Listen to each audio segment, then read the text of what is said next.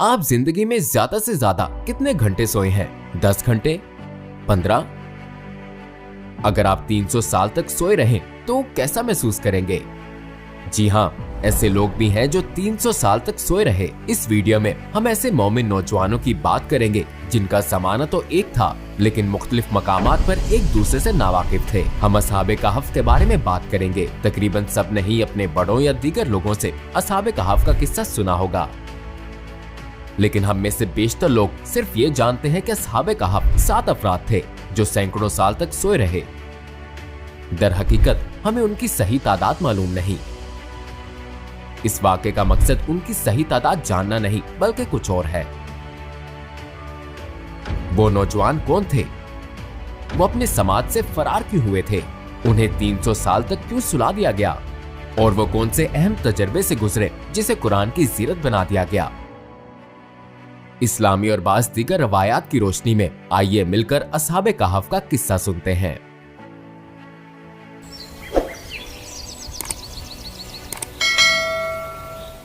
ये वो वक्त था जब मोहम्मद सल्लल्लाहु अलैहि वसल्लम दुनिया में तशरीफ नहीं लाए थे। ईसाईयत हजरत ईसा अलैहिस्सलाम की हकीकी तालीमात के मुताबिक तब तक मुकम्मल तहरीफ से पाक थी। उनमें एक खुदा को मानने वाले तौहीद परस्त ईसाई मौजूद थे। रोमी सल्तनत उस वक्त बुत परस्ती की तरफ माइल थी। वो सिर्फ बुत परस्ती नहीं बल्कि एक खुदा को मानने और बुत परस्ती छोड़कर ईसाईयत अपनाने वालों को जबरदस्ती वापस पुराने दीन पर लाते थे। उन्होंने इसके लिए तमाम हरबे आजमाए, हत्ता कि वो पुराने दीन पर ना आने वाले ईसाइयों को अजियतनाक तरीकों से मौत के घाट भी उतारते थे। मसलन वो उन्हें सूली चढ़ाते और दहकती आग में जला डालते थे।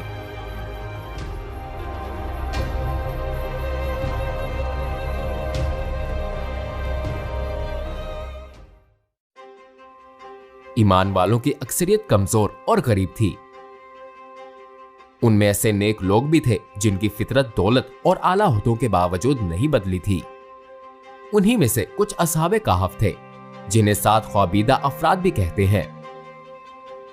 नौजवानों का ये गिरोह रोमी सल्तनत में अहम ओहदों पर फाइज था। वो ईमान पर कायम थे मगर अपने ईमान को छुपा रखा था। ईमान वालों पर जुल्म और सितम देखकर उन्हें बड़ी तकलीफ होती थी। मोमिनों पर बरसने वाला हर चाबुक उन्हें शदीद ठेस पहुंचाता था। वो कुछ करना चाहते थे मगर आखिर क्या कर सकते थे? उनका ताल्लुक एक ही जमाने से था मगर वो एक दूसरे से नावाकिफ थे। रोमी त्योहार में देवताओं पर जानवरों की भेंट चढ़ाते वक्त जब भी मुमकिन होता एक दूसरे से बेखबर दूसरों की नजरों में आए बगैर दूर चले जाते और इन त्योहारों में शिरकत से इनकार कर देते थे। एक दिन लोगों में बड़ी अफरा तफरी और हलचल का समा था क्योंकि रोम का शहंशाह शहर के दौरे पर आ रहा था। लिहाजा रोमी गवर्नर ज्यादा से ज्यादा ईसाइयों को बेदीन करना चाहता था। उसने उन पर जुल्म सितम और बढ़ा दिया। वो चाहता था कि जब रोमी शहंशाह आए तो बुत परस्ती का इनकार करने वाला कोई फर्द बाकी न रहे।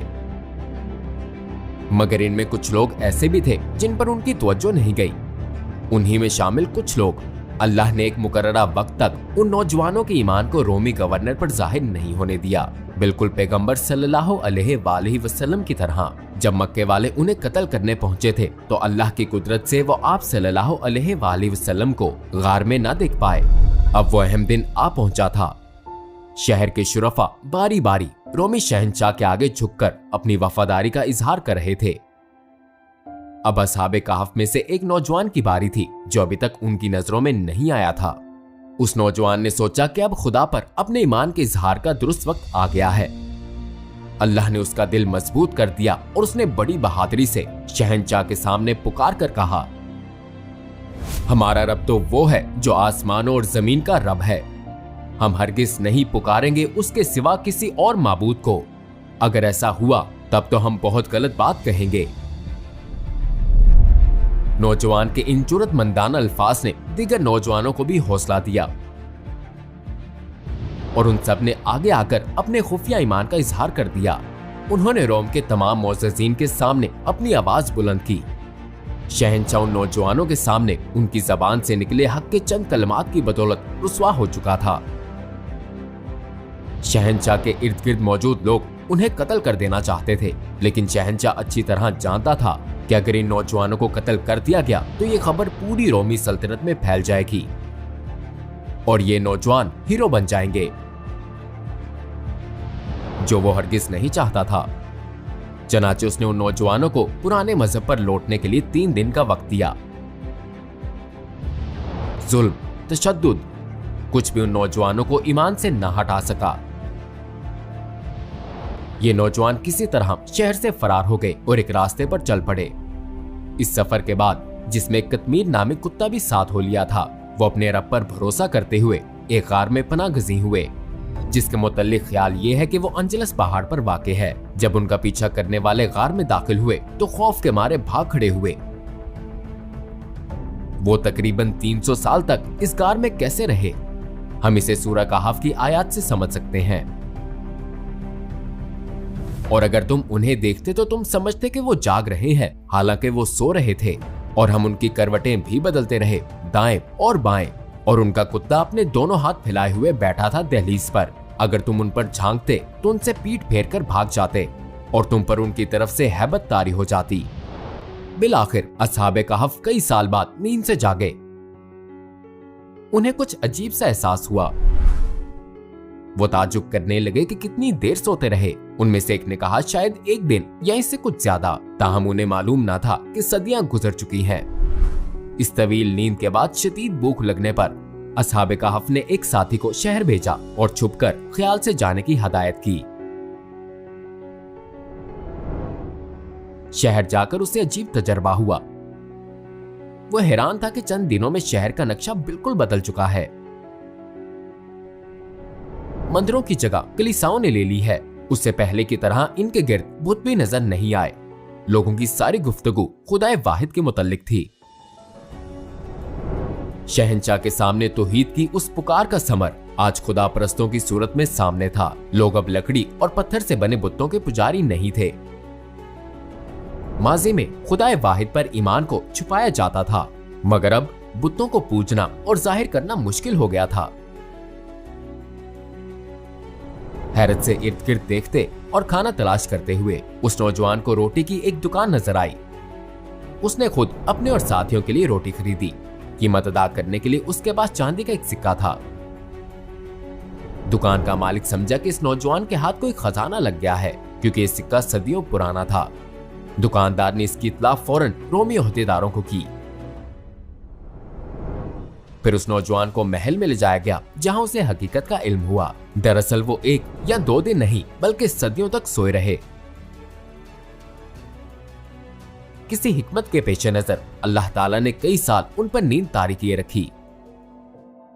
जिस दौर में वो बेदार हुए तब लोग आखिरत से मुतल्लिक शक में मुब्तला थे और ये बहस करम थी कि दोबारा जिंदा होना कैसे मुमकिन है। सदियों बाद बेदारी के इस वाक़े से सबको ये बात समझने और इस पर गौर करने का मौका मिला कि जिंदगी अल्लाह के हाथ में है। वो जिसे चाहे अपने बंदे को जिंदगी दे सकता है। वो इन नौजवानों की तरह उन्हें बरसों सुलाकर दोबारा बेदार कर सकता है। लिहाजा जो लोग मरने के बाद कब्रों में सो रहे हैं, उन्हें अल्लाह जब चाहेगा इस हालत से दोबारा जिंदा कर देगा। और ये उसकी कुदरत के लिए कुछ मुश्किल नहीं है, क्योंकि जिस अल्लाह ने इन्हें बेदार किया वो हम सबको भी मौत के बाद दोबारा जिंदा करने पर कादिर है। उनकी बेदारी के बाद हजारों लोग जोक दर जोक अस्हाबे कहफ को देखने गार में पहुंचे और इन नौजवानों को देखा जो सदियों तक वहां सोए रहे थे। चनाचे आखिरत पर लोगों का ईमान, दूसरे अल्फाज में अल्लाह का मुर्दों को दोबारा जिंदा करने पर उनका ईमान मजबूत हो गया। लोगों से मिलकर ये नौजवान दोबारा गार में दाखिल हुए। वो अपने रब के हुजूर दुआ करते हुए सजदे में ज़ेर हो गए, जिसने उन्हें दोबारा बेदार किया था, और फिर कयामत तक के लिए मौत की नींद सो गए। इस वाक़े के बाद रोमी हुक्मरानों ने ऐन इसी जगह एक इबादत गाह तामीर करवाई। इसी तरह आखिरत के सबूत पेश करने का फर्ज निभाकर अस्हाबे कहफ की दास्तान खत्म हुई।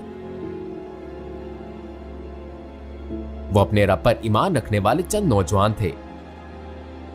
वो इन फिक्रों में नहीं पड़े कि ये मुशरिकाना जिंदगी कब तक चलती रहेगी, हक कब तक गालिब आएगा, बल्कि उनका ईमान हजरत ईसा अलैहिस्सलाम की इस बात पर था तुमने जो कुछ अंधेरे में कहा है वो दिन के उजाले में सुना जाएगा, और जो कान में सरगोशियां तुमने अंदरूनी कमरों में की उनकी छतों से ऐलान किया जाएगा। उन्हें सिर्फ एक फिक्र थी, क्या हम वो दिन कभी देख पाएंगे? अल्लाह ने उन्हें वो दिन दिखा दिए। फतह मक्का में भी यही हुआ था। उस दिन बुत तोड़ दिए गए थे और मक्के की गलियों और काबा की छत से हक का ऐलान हुआ था। रहमतुल लिल आलमीन पैगंबर मुस्तफा सल्लल्लाहु अलैहि वसल्लम ने यह आयत तिलावत फरमाई थी, और आप कह दीजिए कि हक आ गया और बातिल भाग गया, यकीनन बातिल है ही भाग जाने वाला। आज जब हम में से कुछ लोग दुनिया और दुनिया वालों को देखते हैं तो परेशान होकर पूछते हैं, आखिर कब तक इंसानियत जवाल पजीर रहेगी? हक दोबारा कब गालिब आएगा? हम मायूसी का शिकार भी हो सकते हैं, लेकिन अस्हाबे कहफ की मिसाली दास्तान समझाती है कि हमें नाउमीद नहीं होना चाहिए। फतह मक्का इसकी सबसे रोशन मिसाल है। रहमतुल लिल आलमीन हजरत मोहम्मद मुस्तफा सल्लल्लाहु अलैहि वसल्लम का नस्बुल ऐन आज करोड़ों लोगों तक कैसे पहुंचा? इसलिए कि उन्होंने सिर्फ अपने रब्बे जुल जलाल पर भरोसा किया, क्योंकि वो जानते थे कि जिसका दीन है वो उसे जरूर गालिब करेगा। यही वजह है कि जब कुरैश मक्का बड़ी बड़ी पेशकशें लेकर आए तो आप सल्लल्लाहु अलैहि वसल्लम ने उन्हें फरमाया, मफहूम, अगर तुम मेरे एक हाथ पर चांद और दूसरे पर सूरज लाकर रख दो तब भी मैं इस काम से पीछे नहीं हटूंगा। या तो अल्लाह इस दीन को गालिब कर देगा या फिर मेरी जान ही इस राह में चली जाएगी। आप सल्लल्लाहु अलैहि वसल्लम ने उनकी पेशकशें ठुकरा दी, क्योंकि आपके अजीम मकसद में मादियत नहीं बल्कि रूहानियत और बातिल नहीं बल्कि हक का गलबा था। इस मकसद के लिए जान देना आप सल्लल्लाहु अलैहि वसल्लम के लिए सादत थी। आप सल्लल्लाहु अलैहि वसल्लम के पास सिर्फ एक जिंदगी थी और वो बाहर सूरत अल्लाह ही के लिए थी। अल्लाह अपने नूर की तकमील जरूर करेगा, खा कोई कुछ भी कहता या करता रहे। ख्वाह हम उसके दीन की मदद करें या ना करें, उसे अपने नूर की तकमील के लिए हमारी जरूरत नहीं है, लेकिन हमें इसका हिस्सा बनना होगा, क्योंकि यही नूर हमारी निजात का जामिन है।